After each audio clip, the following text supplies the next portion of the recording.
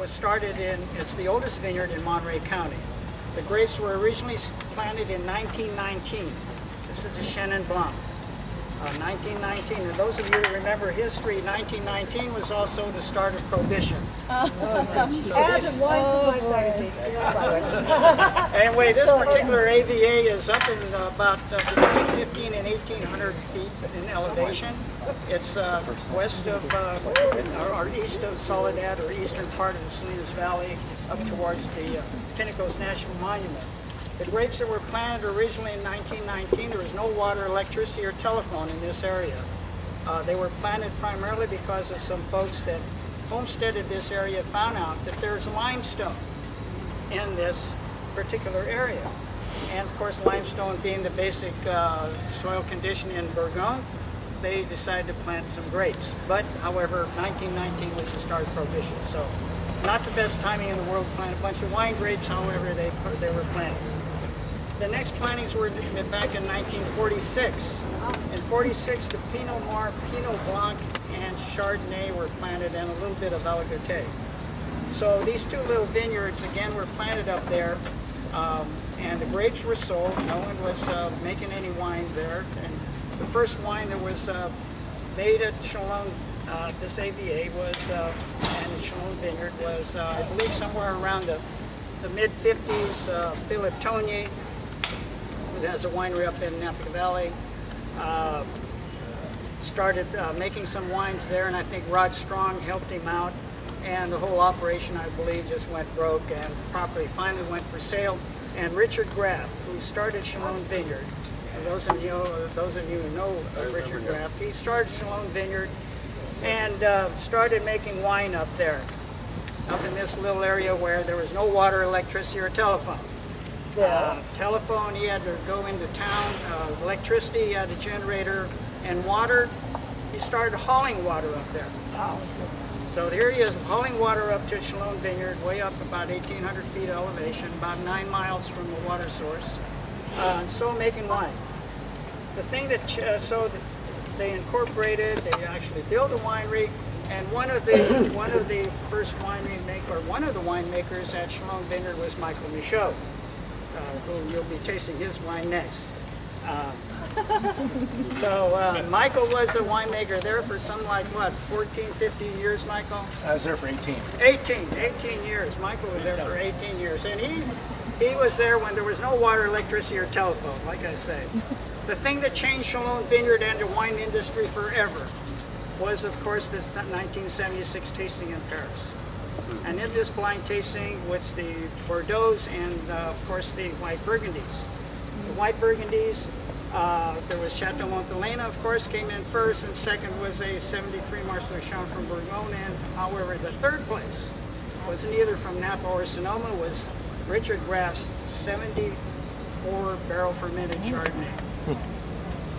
That put Chalone on the map. Now that's starting to put Chalone, the Salinas Valley on the map. Now all of a sudden, now other folks in Salinas Valley are starting to plant grapes. Back in those days, then Paul Masson came in and made a big commitment to plant grapes in the Salinas Valley. And primarily because of how Salinas Valley even got started in planting grapes, is because there was such a big surge of subdivisions and all of that stuff that was going on in Silicon Valley. It was not called Silicon Valley then. So these wineries were looking for places to go, and they found that the Monterey area, Salinas Valley area, was soil conditions and climatic conditions were similar to a Mediterranean climate. So Paul Masson made a big commitment to come down to the Salinas Valley. And also Monterey Vineayrds. Monterey Vineayrds made another commitment. So these two wineries came down to Salinas Valley. They planted grapes, started planting grapes. Then there was a very vegetative taste of the Salinas Valley wines in those early days.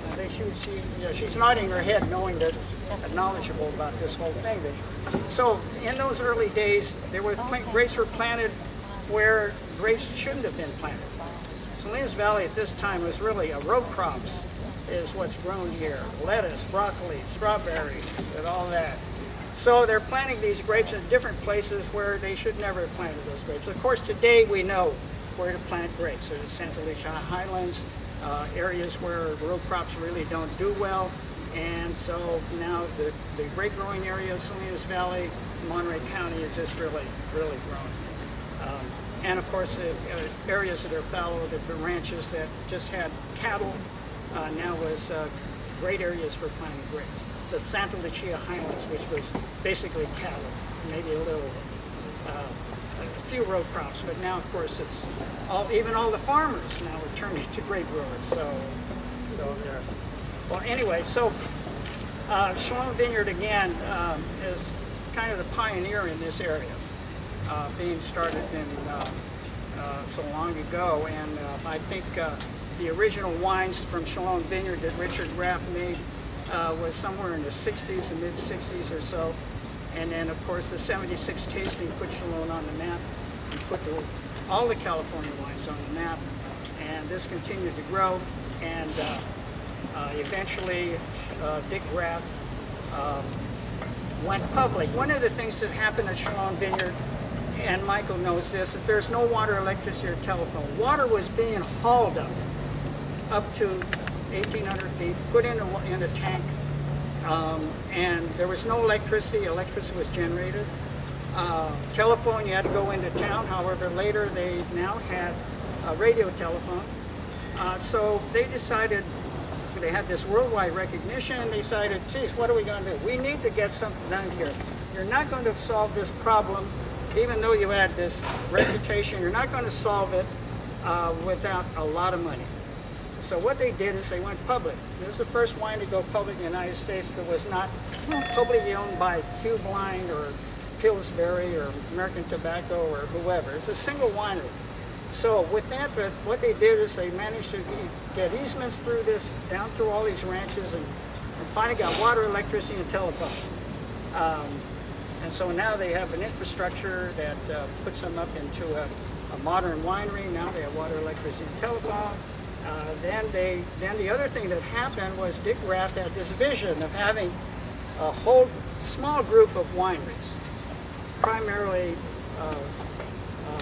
Burgundy houses, Pinot Noir Chardonnay. They got involved with the Niven family down San Luis Obispo, the Niven family down there, Paragon Vineyards, and they built and went into partnership and built in the Valley Vineyards. Then Acacia was having financial problems. They bought Acacia. And this kept growing. Pretty soon there was this small group of wineries called the Chalone Wine Group.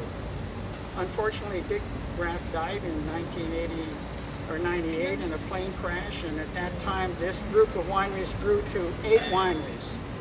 4 more were added until 2005, and to a total of 12 wineries. In 2005, the Chalone Wine Group was bought by Diageo.